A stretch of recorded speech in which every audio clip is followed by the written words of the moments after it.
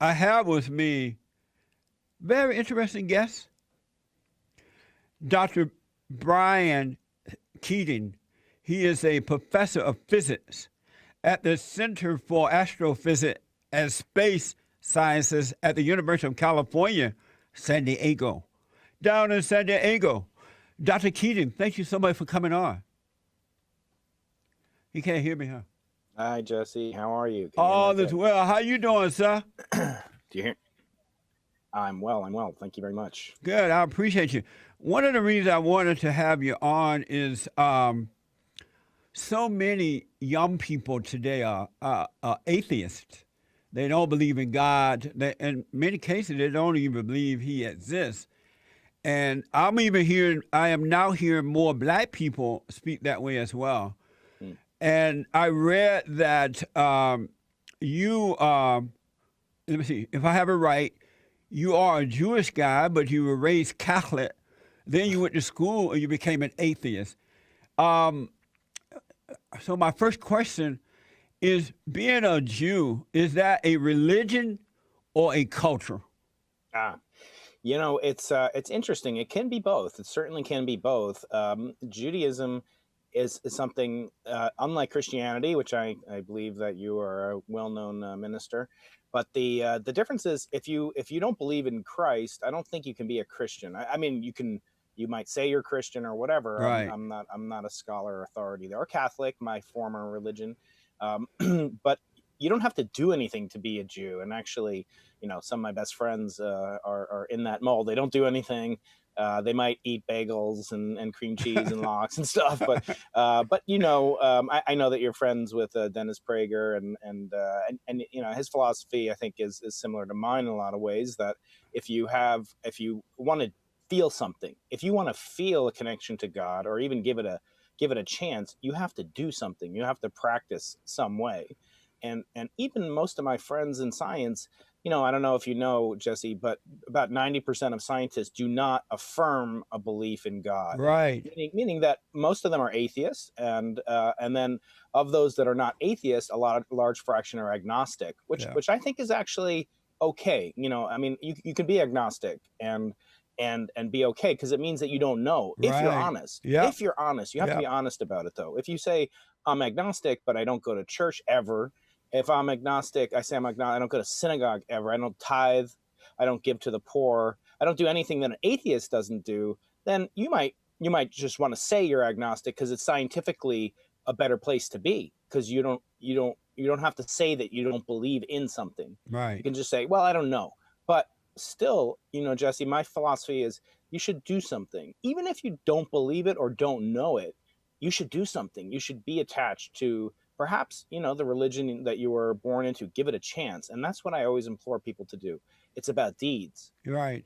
So let me just ask about this being a Jew and not being one.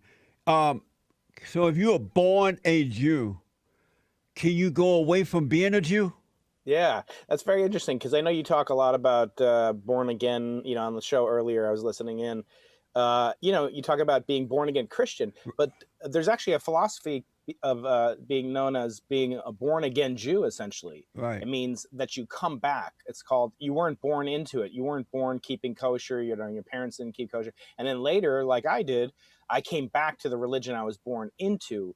And that's essentially a born again Jew. It's called a Baal Teshuvah, a master. In Hebrew, those two words, Baal and Teshuvah, mean master of return.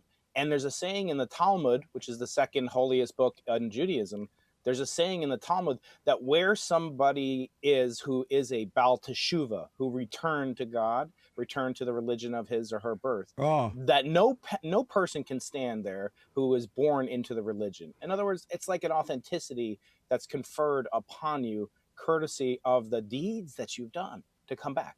and so you were born a Jew, but then you were raised a Catholic. Was Yes. that a problem for you, knowing you were born a Jew, but you're taught to be a Catholic? Yeah. While growing up, was that a conflict for you? It's interesting, Jesse. My parents as many parents of kids in the 70s did, they were divorced. And my parents are both biologically Jewish, for whatever that meant. Right. We didn't really go to synagogue. We didn't do so. We get Hanukkah presents. I'd get a pair of slacks.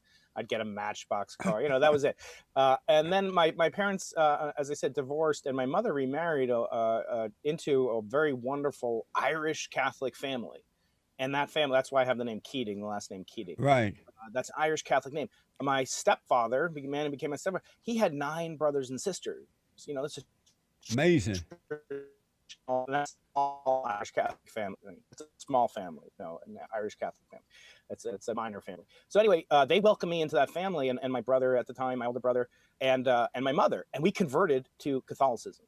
So I was welcomed in, and I actually loved the religion so much and was so drawn into it. I like to do whatever I do with great gusto. So when I was converted to Catholicism, I decided that I wanted to go all the way. I wanted to be a priest someday. I actually wanted to be a priest in the Roman Catholic Church. And to do that, I felt like, well, it's kind of like going to graduate school, going to college. I should be an altar boy first. And I did. I was an altar boy for about a year when I lived in Westchester County, New York. Growing up, and really sort of being a little bit disconnected from my biological father, pretty disconnected. And then, as I describe in my book, my book's a science book, but it's also a memoir. It's a memoir of a journey, and to question what the nature of reality is on a scientific level, but also on a personal level. And for me, I know that searching for God was also searching for my father, my lost father. Yeah. And that was the story. So I always felt love and affection from the Catholic Church. I never experienced any wrongdoings. I know that certain things happen, but my experience as an altar boy and the Monsignor, the priest that I work with, Jesse, it was a wonderful time in my life. I really loved it, and only later did I go away from it. So you went off to college and you became a scientist. And did that cause you to become an atheist by becoming a scientist? I'm pretty stubborn. No one can cause me to do anything I don't really want to do. Right. I think back then, look, Jesse, I'll be honest with you. When I was a 12-year-old boy, I should have been preparing for my bar mitzvah. That's the Jewish rite of passage. Instead, I was 12 years old, innocent, nice little kid, and I was an altar boy. And then, when I hit 13, 2 things happened. One, this rush of hormones known as puberty comes on. Yeah. And I looked at the Monsignor, and he's not married. and I want to be married someday. I want to have kids. And thank God I do have kids and a wonderful, loving wife. But the thing is, Jesse, I also fell in love with science at that same time when I was 13. I got my first telescope. I looked at the heavens. I looked at the universe. I saw the complexity of it. And I had a little bit of knowledge. And you know what they say, a little knowledge is a dangerous thing. I learned about a man named Galileo Galilei and how in 1632, he was persecuted by the very same Catholic Church that I was a member of and that I was attending and worshiping for. And learning about Galileo and learning how brilliant he was, the discoveries that he made, his personality, you would delight, in knowing him because he was such a brilliant, funny, egotistical, but human being who was God-fearing, but nevertheless, the way that the church treated him, it upset me because he was basically imprisoned under penalty of death for committing heresy by saying that the earth goes around the sun instead of the other way around. And I felt that was bad. I didn't want to be associated with an entity that was so authoritarian, like a government, to suppress a mind, a brilliant mind, for no reason other than he had come up with something that they thought incorrectly, because he was pardoned. Eventually, he was basically pardoned by Pope John Paul, the wonderful Pope John Paul II. But that was 380 years later or so. And by the time I kind of lost that religion, they hadn't pardoned him. So in other words, for almost 400 years, the Catholic Church basically maintained that the way that they treated him, wasn't great, but it wasn't wrong until Pope John Paul II. And so that caused you to, or influenced you to reading about that and hearing about that story, that caused you to become an atheist. Yeah, well, what happened was it starts slowly, right? So it started by thinking, I don't know anything about Judaism because I kind of left it when I was 7 and my mom remarried and I became, Catholic. I was baptized. I Right. never had a bar mitzvah, uh, but I had a Catholic baptism. I had Catholic confirmation. I did all these things, but I didn't know anything. And again, my motto of my youth should be a little knowledge is a dangerous thing. Because I said to myself, well, there are ways that they treat Galileo in the Catholic Church, and Catholicism is kind of the purest branch of Christianity. Remember, I like to do things really hardcore, Right. very very pure. So I said, well, that must mean that Christianity is wrong, and it's a logical fallacy. I know that. I forgive myself today, but Your the mic is point is, I going. couldn't accept Your mic is going teachings that. in and out. Yeah. Yes. Oh, okay. Is that better? Yes. Is that better? That is Okay. much better. Yeah. So yeah. So I couldn't accept, I felt like, well, Christianity came after Judaism, so it must have corrected all the mistakes in Judaism. Therefore, if I could say, well, Christianity is has these attributes that I don't believe in, and then I can say that Judaism, on which it's built, also must have this foundation that's wrong, and so therefore I shouldn't be any religion at all. And And so, and what was that like to, you're raised up as a Catholic, so you knew about God and you knew about salvation and all that. What was it like deciding not to believe there is a God at all? What was that like to live like that?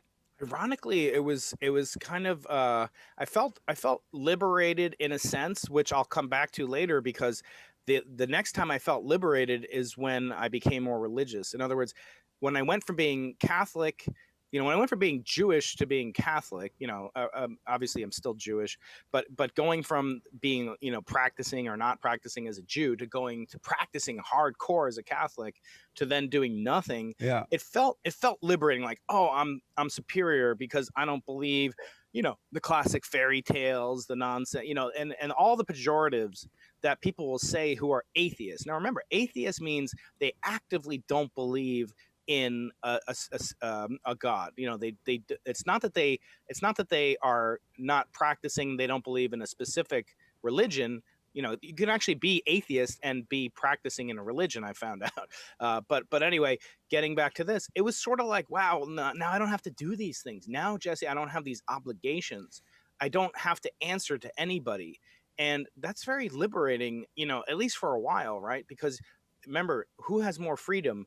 The guy who eats whatever he wants, does whatever he wants, or the guy who's in control and masters his Yeah. in Hebrew we say taivas, temptations, etc. Yeah. So who has more freedom, really? And I didn't realize that, I'm sorry to say, as smart as I like to think I was as an 18-year-old kid. And so, as I said in the introduction, there are a lot of young people who are atheists or don't know for sure if there's a God. What is causing that? Is it science that's causing that, or the lack of good parents, or the teachers? What happens to the young people today that cause them to become atheists? It's hard to say. I don't think that science truly can take someone away from faith or God if they want to believe in it. One of the psalms that the prayers that Jewish people say every day is that the heavens, the stars, the heavens in the universe declare the glory of God. We say it Right. every day. My kids say it every day in Hebrew. And when you look at it, when you think about it, that's the handiwork argument that the universe came about because of a designer, an intelligent designer that's infused and suffused this universe that we see with life, with consciousness, with meaning, with purpose. Now, the problem is it cannot be proven, right? If it could be proven, then these people like Richard Dawkins, they'd be stupid. But they're not stupid, Jesse. They're very smart. They're incredibly smart. But they might have cognitive dissonance.